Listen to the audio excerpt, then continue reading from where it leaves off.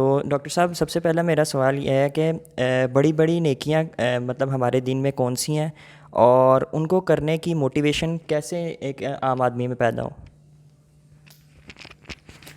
دیکھیں، یہ ایک دلچسپ بات ہے کہ آپ کو اگر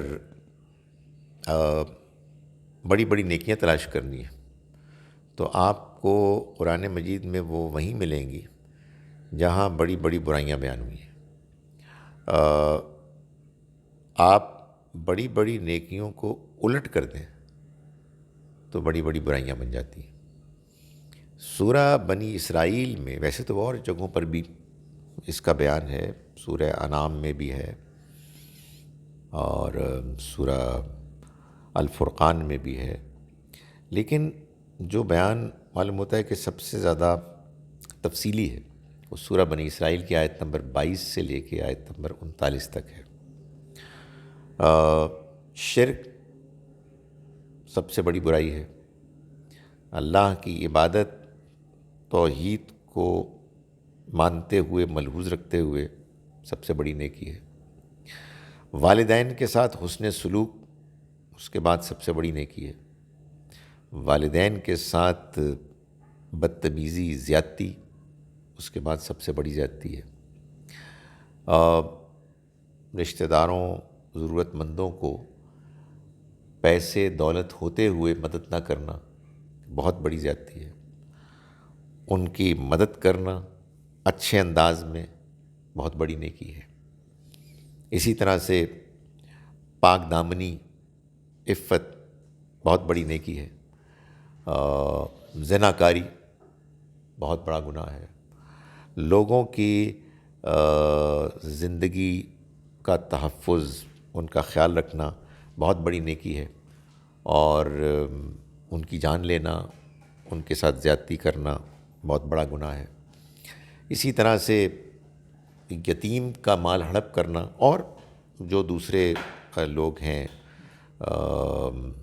اسی طرح سے ولنریبل، کمزور، ان کے ساتھ زیادتی کرنا، ایکسپلائٹ کرنا، یہ بہت بڑا گناہ ہے، لیکن ان کی مدد کرنا، ان کا خیال رکھنا بہت بڑی نیکی ہے۔ اسی طرح سے ناپ تول میں کمی بیشی کرنا، اور اس کا الٹ ہے دیانتداری ناپ تول میں۔ معاہدے کی خلاف ورزی بہت بڑا گناہ ہے، معاہدے کا پاس کرنا نیکی ہے۔ اسی طرح سے منفی چیزوں میں وہ چیزیں کہ جو آپ کسی کی پرائیویٹ معاملات ہیں ان کو دیکھنا، ان میں دلچسپی لینا، یہ ایک بہت بڑا گناہ ہے۔ لیکن آپ دوسروں کی زندگی کا، اپنی پرائیویٹ زندگی کا خیال رکھیں، کہ احترام کریں، یہ نیکی ہے۔ اور سب سے بڑھ کر تو خیر پہلے ہم کر چکے ہیں توحید کا بیان، لیکن آخر میں ایک اور چیز ہے کہ تکبر بہت بڑا گناہ ہے، اور عاجزی اور انکساری بہت بڑی نیکی ہے۔ سو یہ بیان ہے اس طرح سے۔ ٹھیک، اسی طرح مطلب ان نیکیوں کو کرنے کا ایک عام انسان میں جذبہ، اور یہ جو بیان کی آپ نے برائیاں، ان سے بچنے کا بھی جذبہ ایک عام انسان میں کس طرح پیدا ہوگا؟ آپ کیا ان کو مشورہ دیں گے؟ اس میں دو پہلو ہیں۔ ایک پہلو تو انسان کی فطرت ہے۔ یہ سب باتیں اللہ نے جیسے کہ انسان کو پیدا کیا ہے، اس کی فطرت میں پہلے سے موجود ہیں کہ ہمیں ان کے مثبت، پازیٹیو جو ہے نا ایسپیکٹس، ان کو اختیار کرنا ہے، اور نیگیٹو سے ہم نے اپنے آپ کو بچانا ہے۔ لیکن اس کے علاوہ جو ہم کو دین نے بتائے ہیں دو بڑے محرکات، وہ اللہ کی رضا ہے اور آخرت کی کامیابی ہے۔ یا آپ اس کو اگر دوسرے پہلو سے دیکھیں تو اللہ کی ناراضی سے بچنا ہے اور آخرت کی پکڑ سے بچنا ہے، اور یہ بڑے زوردار محرکات ہیں۔ آپ لوگ بیان کرتے ہیں کہ اللہ تعالیٰ کی حرام کردہ 5 کیٹیگریز ہیں، تو ان کی بیسس پہ دیگر جو گناہ جو مطلب ڈائریکٹلی اس مطلب کہ کیٹیگری میں آتے نہیں ہیں، لیکن they same to be lying on that category, تو ان کی تشخیص کیسے مطلب ایک عام آدمی کر سکتا ہے؟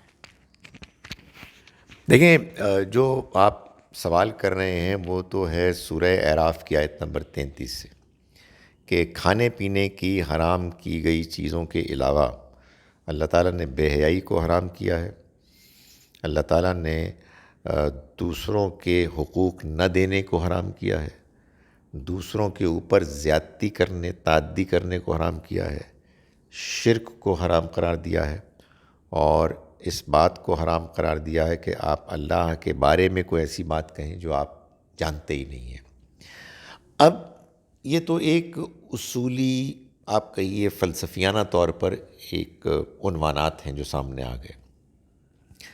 عام آدمی قرآن پڑھے گا، قرآن سمجھے گا، احادیث بھی اس کے سامنے آئیں گی، تو دو ایفرٹس ہر ایک کو کرنی چاہیے اپنے اپنے طور پر، اور یہ میں سمجھتا ہوں ایک بڑی اچھی دلچسپ آدمی کو انوالو کرنے والی چیزیں ہیں انٹلیکچولی، آدمی کسی لیول کا بھی ہو، کہ حدیث کو جب وہ پڑھے تو قرآن کی روشنی میں دیکھے، اور قرآن میں جہاں جہاں احکام ہیں ان کو ان 5 اصولی باتوں کی روشنی میں دیکھے۔ جب بھی ہمیں کوئی حکم آئے گا سامنے، ہم اس پر عمل کرنے کی کوشش کریں گے انشاءاللہ، لیکن ساتھ ہی ساتھ یہ بھی دیکھنے کی کوشش کریں گے کہ یہ کہاں فٹ ہو رہا ہے، یہ حدیث قرآن کی کس بات کی ایکسپلینیشن ہے۔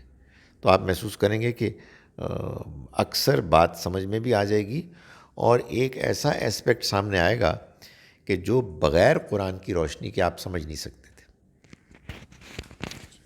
اسی کی ایکسٹینشن میں میرا سوال ہے کہ انسان کے لیے نیکیاں کرنا کب، کیوں اور کیسے آسان ہوتا ہے؟ دیکھیں، انسان کے لیے نیکیاں کرنا آسان بھی ہوتا ہے اور مشکل بھی ہوتا ہے۔ پہلے آسانی کو لے لیں۔ آسانی یہ ہے کہ نیکی میری فطرت ہے، میرا ضمیر کہتا ہے مجھے کرنا ہے، میرا رب مجھ سے چاہتا ہے کہ میں نیکی کروں، اور میرے لیے میرے رب نے وعدہ کیا ہے کہ آخرت میں میں کامیاب ہوں گا اگر میں نیکی کروں گا۔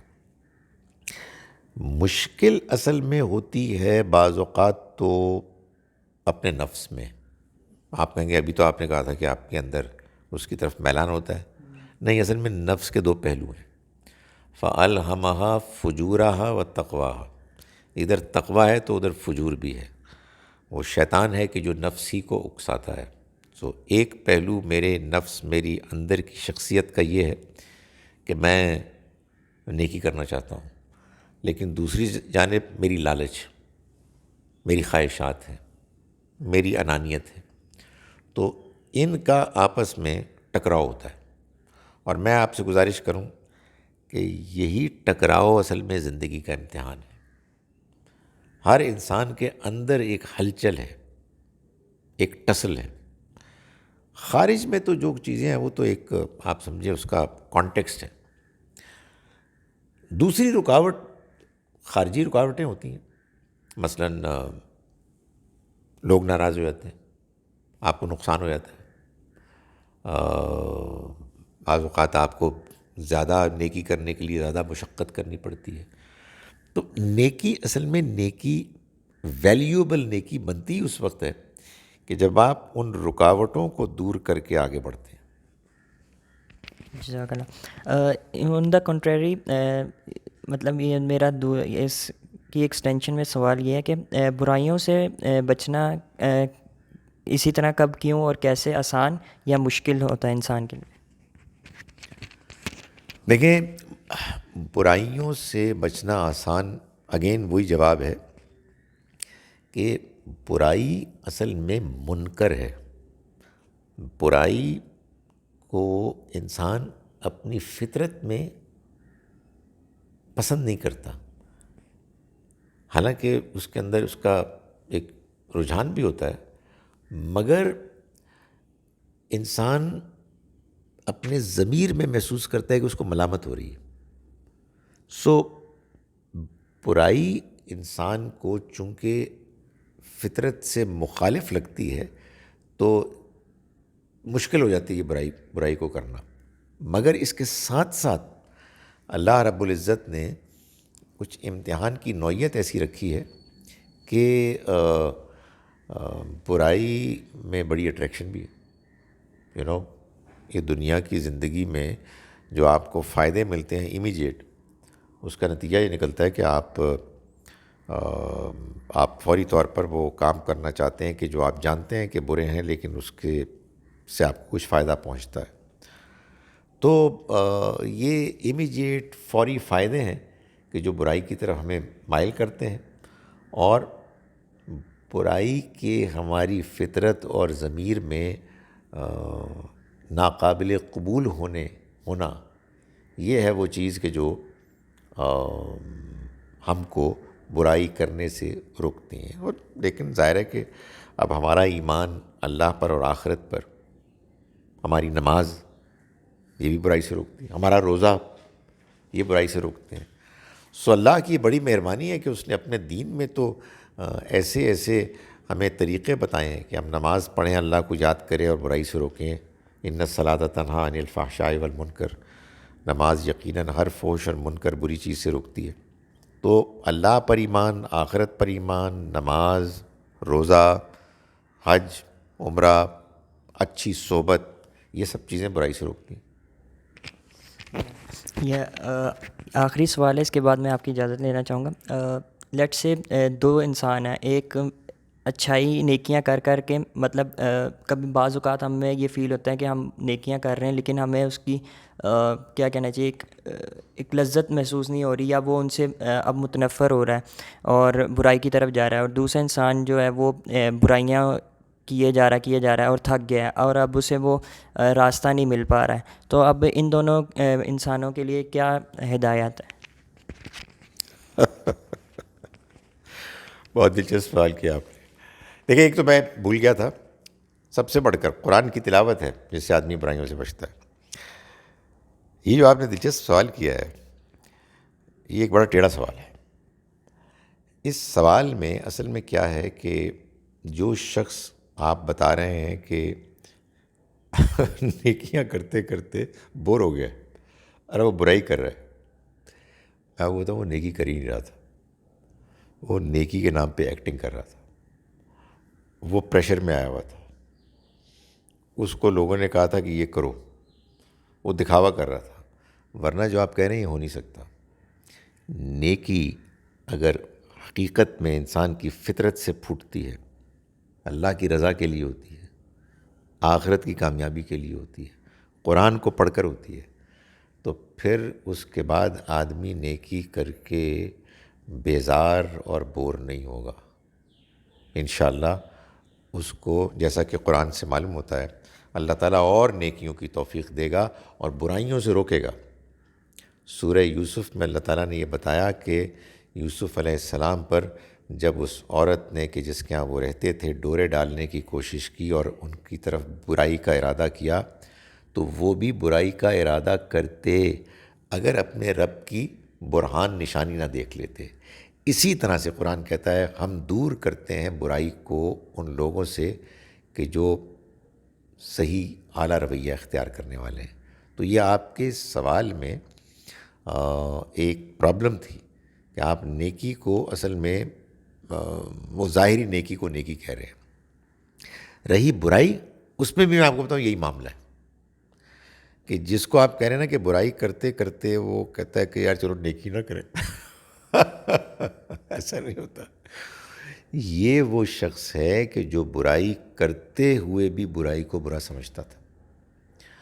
یہ شخص وہ ہے کہ جو برے ماحول میں رہتے ہوئے یا کسی مجبوری کی وجہ سے برائی کر رہا تھا، اور اس کے اندر جو ضمیر ملامت کرتا تھا جس کی وجہ سے وہ پریشان ہوتا تھا، ایک دن آیا کہ اس نے کہا کہ نہیں، میں اب نہیں کروں گا.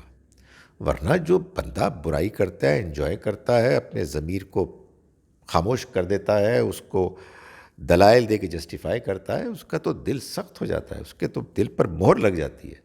وہ نیکی کی طرف کیسے آئے گا؟ تو اصل میں آپ نے یہ سوال کر کے میرے ساتھ ٹرک کی تھی. جزاک اللہ خیر. آج کی مطلب یہ نشست ختم ہوئی.